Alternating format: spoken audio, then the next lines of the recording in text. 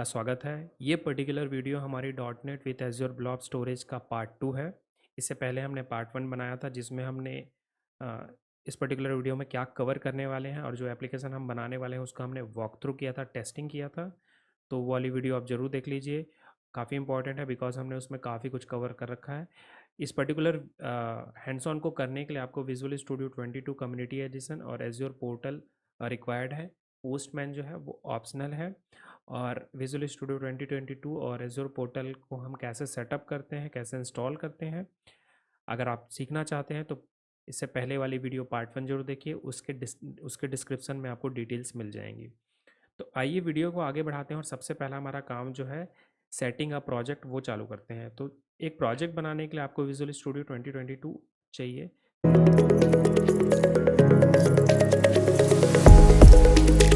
तो आप अपने विजुअल स्टूडियो 2022 को जो भी आपने इंस्टॉल किया है वो ओपन कर लीजिएगा।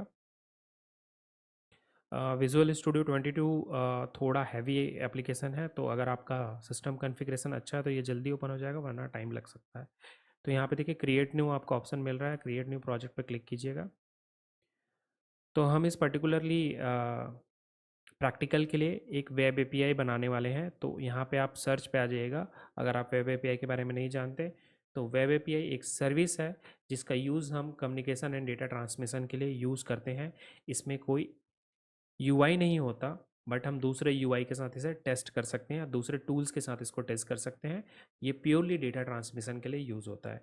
तो अगर आप यहाँ पे वेब एपीआई बनाना चाहते हैं तो यहाँ पे वेब एपीआई सर्च कीजिए, आपको वेब एपीआई मिल जाएगा। तो जो पहला ऑप्शन मिलेगा ASP.NET कोर वेब एपीआई, आप इसका यूज़ करेंगे और इसको सेलेक्ट कर लीजिएगा। फिर नीचे नेक्स्ट बटन जो मिल रहा है इस पर क्लिक कीजिएगा। अब यहाँ पे आपको वेब एप्लीकेशन का नाम देना है, तो आप अपने हिसाब से कोई भी नाम दे सकते हैं। मैं दे रहा हूँ यहाँ पे azure underscore blob underscore storage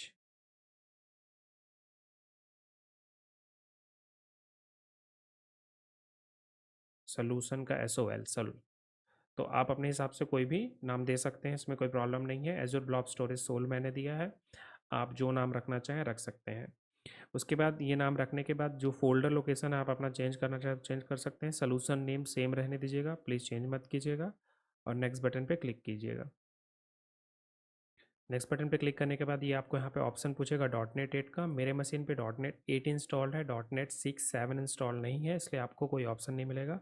अगर आपने डॉट नेट 6 और 7 एक्सटर्नली इंस्टॉल किया है तो हो सकता है कि आपको ऑप्शन मिले। यहाँ पे जितनी भी सेटिंग्स हैं उसको बाय डिफ़ॉल्ट रहने दीजिएगा, किसी भी चीज़ को चेंज मत कीजिएगा और क्रिएट बटन पे क्लिक कीजिएगा। जब आप क्रिएट बटन पे क्लिक करेंगे तो स्कार्प होल्डिंग जो है एक टेक्निक है डॉट नेट जो बैकग्राउंड पे जाके कोड जनरेट करता है जो आपने रिक्वेस्ट की है, और वैसा टेम्पलेट आपको क्रिएट करके देता है। मीन्स जब भी ये टेम्पलेट रन होता है तो आपको कुछ फाइल्स और फोल्डर्स जो है ऑटोमेटिकली क्रिएट होके मिलेंगे। तो इधर राइट हैंड कॉर्नर पे आप जो सोल्यूशन एक्सप्लोरर देख पा रहे हैं, अगर आप उस पर क्लिक करेंगे तो आपको जो भी लिस्टिंग है फाइल की वो मिल जाएगी। अगर आप विजुअल स्टूडियो में नए हैं तो मेरे साथ मुझे फॉलो करते रहिए, धीरे धीरे आप विजुअल स्टूडियो भी सीख जाएंगे, काफ़ी ईजी है। तो ये सोल्यूशन एक्सप्लोरर है और उन्होंने ये सारी फाइल्स हमको बना के दी है। अगर आप इस पर्टिकुलर एप्लीकेशन को अभी रन करेंगे तो आपको एक बाय डिफ़ॉल्ट वाली जो एपीआई जो उन्होंने बिल्ड करके दी है वो आपको मिलेगी।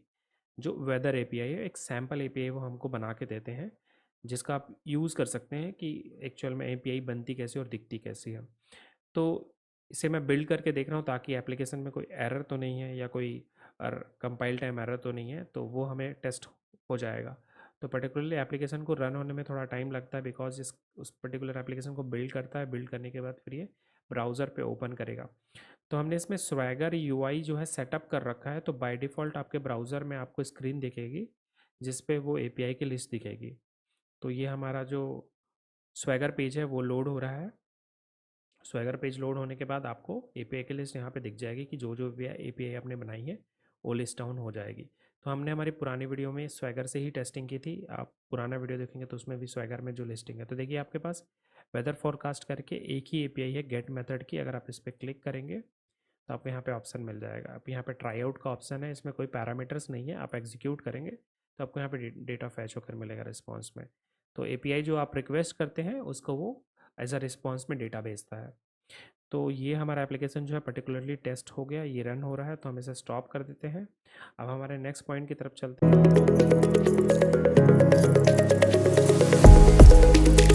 हैं, जिसमें हमको न्यूगेट जो न्यूगेट पैकेजेस हैं वो हमें इंस्टॉल करने हैं। तो ये न्यूगेट पैकेज आप यहाँ से कॉपी कर लीजिएगा।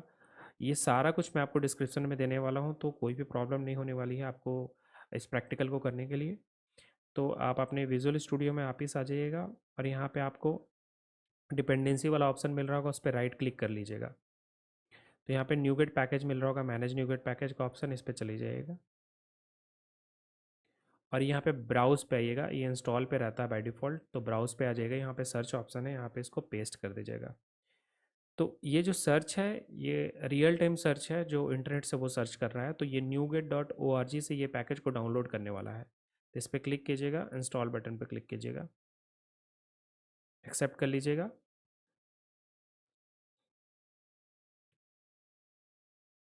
तो पैकेज इंस्टॉल हुआ है कि नहीं वेरीफाई करने के लिए डिपेंडेंसी में चले जाएगा और पैकेजेस में चले जाएगा और यहाँ पे देखिएगा जो आपने पैकेज रिक्वेस्ट की थी उसका वर्जन आप मैच करा सकते हैं। तो यहाँ पे देखिएगा 12.191 है, तो यहाँ पे 12.191 है।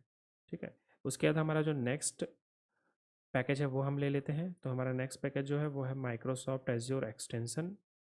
इसे भी कॉपी पेस्ट कर लीजिएगा। तो इस पुराने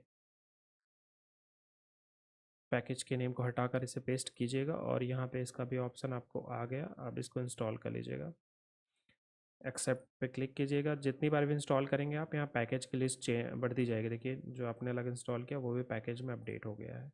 उसका जो हमारा लास्ट वाला है वो भी हम इंस्टॉल कर लेते हैं, एज्योर आइडेंटिटी। एज्योर आइडेंटिटी जो है वो ऑप्शनल है, इवन अगर आप नहीं इंस्टॉल करेंगे तो भी कोई प्रॉब्लम नहीं होने वाली। बट मैं एज्योर आइडेंटिटी इंस्टॉल कर रहा हूँ बिकॉज मैंने यूज़ किया है। तो एज्योर आइडेंटिटी को भी इंस्टॉल कर लीजिएगा। ये सारे जितने भी आपको एज्योर रिलेटेड जो पैकेजेस आप डाउनलोड कर रहे हैं, यही पैकेज जो होते हैं हमको एज्योर सर्विसेज से कम्युनिकेट करने में हेल्प करते हैं through using the programming language. आप चाहे सी शार्प यूज़ करें, पाइथन यूज़ करें या कोई दूसरी भी टेक्नोलॉजी यूज़ करेंगे तो आपको उसमें भी पैकेजेस मिलेंगे। तो यहाँ अपडेट पे आ जाइएगा। अगर आपको कोई भी अपडेट मिल रहा है तो आप उसको चला सकते हैं। तो स्पेशली यहाँ पे सर्च में जो भी रखा रहता है उसको डिलीट कर लीजिएगा। तो जो स्वान बकल है, मीन्स जो हमारा स्वैगर एपीआई है, उसका अपडेट हमें मिल रहा है, तो हम यहाँ पे अपडेट कर लेते हैं।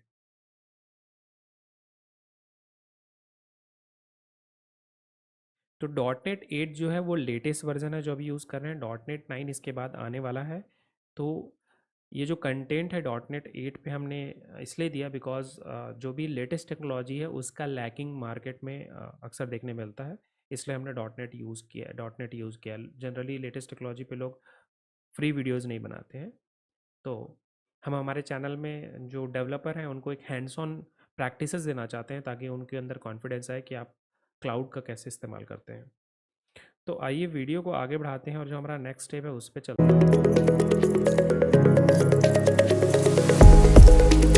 हमारा कि हमें जो है कनेक्टिविटी करनी चाहिए। तो कनेक्टिविटी करने के लिए आपको आपके पोर्टल पे लॉगिन करना बहुत ज़रूरी है। तो सबसे पहले आप अपने पोर्टल पे लॉगिन कर लीजिएगा। तो मैं मेरा ब्राउज़र ओपन कर रहा हूँ और मैं मेरे पोर्टल पे लॉगिन कर रहा हूँ। तो मैं यहाँ पे पोर्टल लिखूँगा। तो पोर्टल मेरा ऑलरेडी मैंने कई बार लॉगिन कर रखा है इसलिए मुझे मिल रहा है, बट URL है portal.azure.com। ये ओपन होने के बाद हम अपने स्टोरेज अकाउंट में जाएंगे। स्टोरेज अकाउंट के बारे में अगर आप नहीं जानते कि कैसे क्रिएट करते हैं तो प्लीज़ स्टोरेज अकाउंट को पुरानी वीडियोस में जाकर देख लीजिएगा। मैं प्लेलिस्ट की पूरी डिटेल आपको वीडियो के डिस्क्रिप्शन में दे दूंगा। तो ये हमारा पर्टिकुलर स्टोरेज अकाउंट है जो हमने ऑलरेडी बना रखा है और हम इसमें चले जाएंगे। उसके बाद हम स्क्रॉल डाउन करेंगे तो हमें मिलेगा एक्सेस की। तो एक्सेस की पे आप चले जाइएगा। ये सिक्योरिटी एंड नेटवर्क के अंदर लेफ्ट हैंड साइड मेन्यू में होता है और यहाँ पे आपको ऑप्शन मिलता है कनेक्शन स्ट्रिंग। तो ये कनेक्शन स्ट्रिंग है, ये आपको चाहिए। सो पे क्लिक करके यहाँ पे कॉपी का ऑप्शन है, इससे आप कॉपी कर सकते हैं। अब कनेक्शन स्ट्रिंग आपको रखनी कहाँ है ये भी बहुत इंपॉर्टेंट है। तो कनेक्शन स्ट्रिंग जो हम पेस्ट करने वाले हैं वो पेस्ट करने वाले हैं app setting dot JSON file पे हम रखने वाले हैं। तो यहाँ पे आप कनेक्शन स्ट्रिंग को रख सकते हैं। तो मैंने कनेक्शन स्ट्रिंग के लिए ऑलरेडी यहाँ पे कॉपी पेस्ट कर रखा है कोड। तो अगर आप यहाँ पे जाएंगे तो ये रहा कनेक्शन स्ट्रिंग। तो कनेक्शन स्ट्रिंग रखने के लिए जो सबसे पहले आपको यहाँ पे लिखना रहता है, तो आप यहाँ पे नीचे भी रख सकते हैं और इसके ऊपर भी रख सकते हैं। तो ये जो है एक जेसन फाइल है, तो ऑब्जेक्ट आपको बनाना पड़ता है। तो यहाँ पे मैं लिखने वाला हूँ कनेक्शन स्ट्रिंग। देखिए कनेक्शन स्ट्रिंग ऑटोमेटिकली आपको सजेशन में मिल गया और ये ऑब्जेक्ट क्रिएट हो गया। अब इस ऑब्जेक्ट के अंदर हमको हमारा जो कनेक्शन स्ट्रिंग है वो डालना है। तो कनेक्शन स्ट्रिंग जो है की वैल्यू पेयर में होता है, तो आपको पहले की बनाना पड़ेगा। तो की आप अपनी मर्जी से बना सकते हैं, तो डबल कोट में आप लिख सकते हैं, जैसे मैं लिखने वाला हूँ यहाँ पे एज्योर स्टोरेज कनेक्शन। ठीक है, एज्योर स्टोरेज कनेक्शन मैंने लिख दिया, यहाँ पे कोलन लगाइएगा और आपको यहाँ पे एक डबल कोट मिल गया। अब डबल कोट में जो आपने वहाँ से कॉपी किया था वो यहाँ पे आप पेस्ट कर दीजिए। तो ये आपका कनेक्शन स्ट्रिंग जो है सेटअप हो गया है। अब कनेक्शन स्ट्रिंग सेटअप होने के बाद यही कनेक्शन स्ट्रिंग का यूज़ करके हम पर्टिकुलरली एप्लीकेशन जो अपना स्टोरेज अकाउंट है उस पर लॉग इन करेंगे। Connection string app dot JSON setting में रखना रिकमेंडेड नहीं है, ये अनसिक्योर वे है। इसके लिए बेस्ट वे जो होता है वो की वॉल्ट होता है, अगर आप डॉट नेट के साथ एज्योर का कॉम्बिनेशन यूज़ कर रहे हैं तो। बट हमने अभी तक उस सिक्योरिटी एस्पेक्ट्स को पढ़ा नहीं है, इसलिए मैं वो यूज़ नहीं कर रहा हूँ। पर आने वाले टाइम में जो प्रोजेक्ट्स हम करेंगे उसमें हम की वॉल्ट का यूज़ करेंगे, जहाँ पे आप अपने सारे सीक्रेट्स और सारे जो सेंसिटिव कीज़ हैं उसको रख सकते हैं। तो जो हमारा next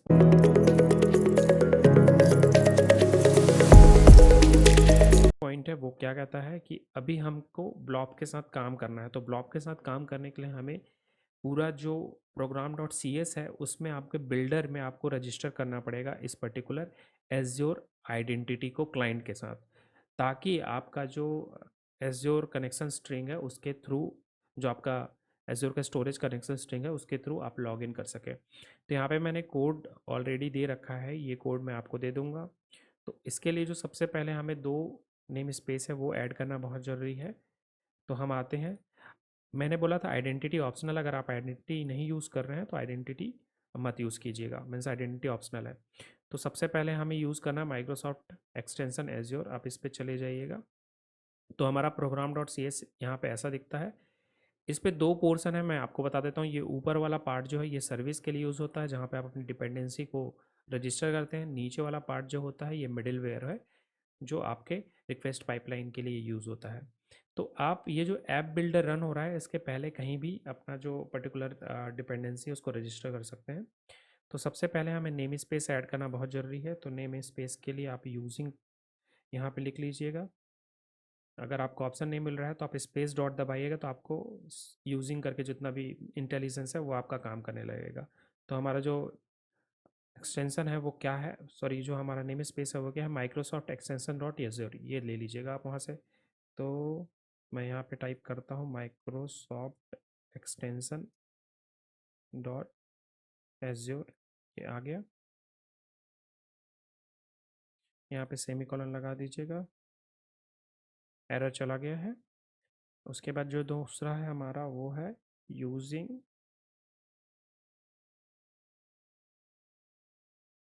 I think azure identity है, एज्योर डॉट आइडेंटिटी, और देख लेते हैं माइक्रोसॉफ्ट एज्योर आइडेंटिटी है, एज्योर आइडेंटिटी है। तो ये भी एरर चला गया है।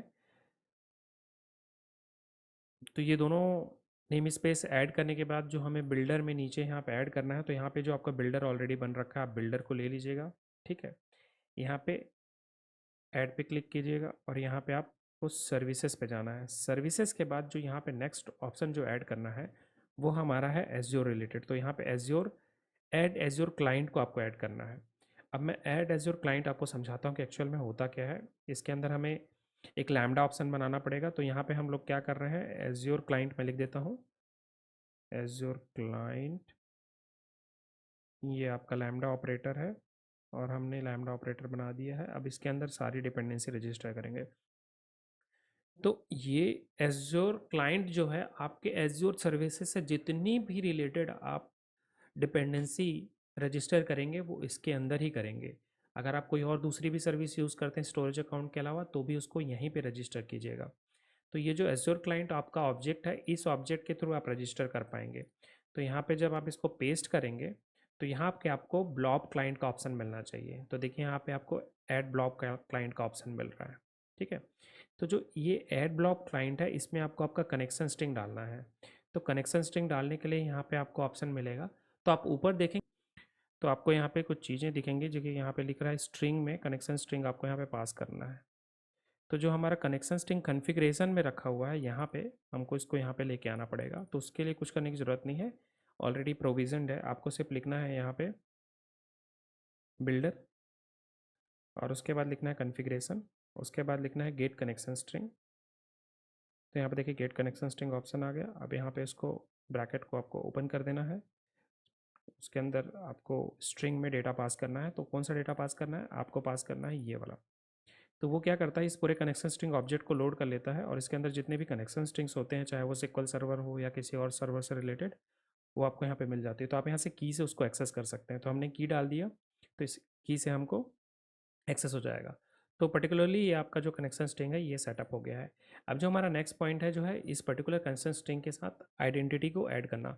ये वाला जो ऑप्शन है ये पूरी तरीके से ऑप्शनल है, अगर आप चाहें तो इसे छोड़ सकते हैं, इसमें कोई भी प्रॉब्लम नहीं है, पर मैं इसे यूज़ कर रहा हूँ। तो मैं जो मेरा एज्योर क्लाइंट था मैं इसको यूज़ करूँगा यहाँ पे।